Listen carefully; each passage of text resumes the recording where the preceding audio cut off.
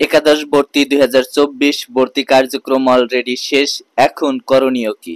একাদশ শ্রেণীতে স্মার্ট ভর্তির সিস্টেম অর্থাৎ 2024-25 শিক্ষাবর্ষে একাদশ শ্রেণীতে অনলাইনের মাধ্যমে ভর্তির লক্ষ্যে প্রথম পর্যায়ে শিক্ষার্থীদের আবেদন গ্রহণ সমাপ্ত হয়েছে। প্রথম পর্যায়ে নির্বাচিত শিক্ষার্থীদের ফল প্রকাশিত হবে 23 তারিখে রবিবারে রাত 8টার সময় প্রকাশিত হবে। এখন রাত 8টার সময় যেহেতু তোমাদের প্রকাশিত হবে, অবশ্যই সেই দিন তোমরা প্রস্তুত থাকবা, যেহেতু ভর্তি কার্যক্রমটা শেষ হয়ে গেছে। এখন অবশ্যই তোমাদের করণীয় হচ্ছে রেজাল্টের অপেক্ষা।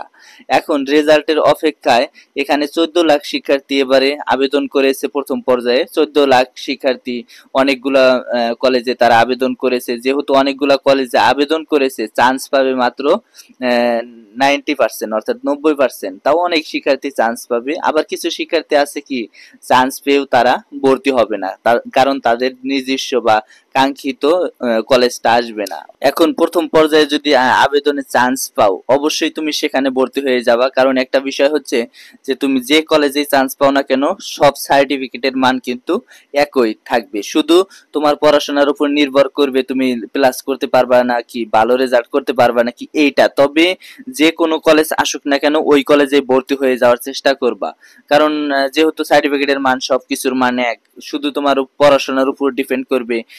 শিক্ষার্থীরা ভালো কলেজে চান্স দেয় এই জন্য যে ওখান থেকে ভালো রেজাল্ট করা যাবে। আসলে পড়াশোনাটা যে নিজের কাছে এটা তো বুঝতে হবে, যে ভালো শিক্ষার্থী একটা কলেজে থাকলেই যে সবকিছু স্যাক্রিফাইস হয়ে যাবে এমনটা নয়। কিন্তু পড়াশোনা তোমাকে নিজেই করতে হবে, নিজেকে করতে হবে। এবং ভর্তি কার্যক্রম যেহেতু শেষ, এখন অবশ্যই এই রেজাল্টের অপেক্ষা। রেজাল্টের পরে একটা শিডিউল দিবে যে স্কুল কর্তৃপক্ষ থেকে তোমার প্রশংসাপত্র আনতে হবে, মার্কশিটের ফটোকপি আনতে হবে, অ্যাডমিট কার্ডের ফটোকপি আনতে হবে, কিংবা রেজিস্ট্রেশন কার্ডের ফটোকপি আনতে হবে। ওগুলা কিন্তু ফটোকপি কইরা এবং ছবি সহ নিয়ে যেতে হবে। অর্থাৎ মা বাবার ভোটার আইডি কার্ডের ফটোকপি এগুলা সব তোমার কলেজ কর্তৃপক্ষকে জমা দিতে হবে। কলেজ কর্তৃপক্ষ তারা কি করবে, এইগুলা আবার নির্দিষ্ট অবস্থানে রেখে দিবে।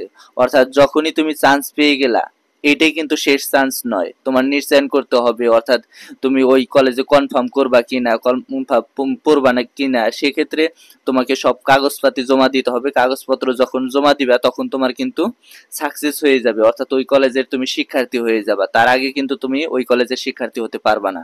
তাই অবশ্যই 23 তারিখ থেকে সময় দিবে, বা 23 তারিখের রেজাল্ট পর থেকে একটা সময় দিবে যে এই তারিখের মধ্যে তোমাকে কলেজ নিশ্চয়ন করতে হবে, অর্থাৎ কলেজের সমস্ত কাগজপাতি জমা দিতে হবে। তখন তুমি ওই কলেজের সাথে যোগাযোগ করবা, ওই কলেজে কি কি কাগজপত্র চাই সেগুলা তুমি বিস্তারিত জানবা। জানার পরে কাগজপত্রগুলো জমা দিবা।